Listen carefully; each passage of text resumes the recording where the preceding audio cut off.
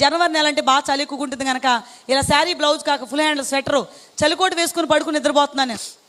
మెల్లిగా ఆయన లేచారు. ఎప్పుడంటే రాత్రి 1:30కి, అంటే అర్ధరాత్రి 1:30కి లేచారు. నా దగ్గర ఉన్న చిన్నోడిని తీసేసి వాళ్ళ అన్నయ్య దగ్గర పడుకోబెట్టారు. ఇంట్లో బెడ్ లైట్ ఉంది, బెడ్ లైట్ కూడా ఆఫ్ చేశారు. బెడ్ లైట్ ఆఫ్ చేయగానే మేము పడుకున్న రూమ్ అంతా ఎలా మారిందంటే కన్ను పొడుచుకున్నా కనపడనంత చీకటి అంటారు కదా, అంత చీకటిగా ఉంది మా రూమ్ అంతా. ఆయన మూలన ఇంట్లో కొన్ని అలవాటు ఏంటంటే నేను ఎప్పుడు పడుకున్నా సరే ఇలా మొక్కమే చేయబెట్టి పడుకున్నా, అదొక అలవాటు నాకు. ఆయన నా దగ్గరకు వచ్చారు. పలానా చోట నరికేయాలని ముందే ఒక ప్లేస్ ఆయన నిర్ణయించుకుంటారు. లైట్ ఆపేటప్పటికి నేను ఎక్కడ పడుకున్నానో కూడా ఆయన కనపట్లేదు. బాగా అంత చీకటిగా ఉంది మొత్తానికి. ఆయన అనుకున్న ప్లేస్లో ఆయన కనపట్లేదు కనుక ఎక్కడో చోట నరికేయాలి అనుకున్నారేమో. ఆయనకి ఎంత బలం ఉంది, అంత బలంతో ఒకే ఒక్క దెబ్బ వేశారని. అది ఎక్కడ పడిందో ఆయనకి తెలీదు. ఆయన అనుకున్న ప్లేస్లో మాత్రం ఆ దెబ్బ పడలేదు. అది పడ్డమే నా ఎడమ చేతి మీద పడిపోయి పడ్డం ఒక ముక్క దిగిపోయి కింద పడిపోయింది. నా చెయ్యి మీ అందరికి కనబడుతుంది. ఇన్కేజ్ ఒకవేళ కనపడకపోతే మీటింగ్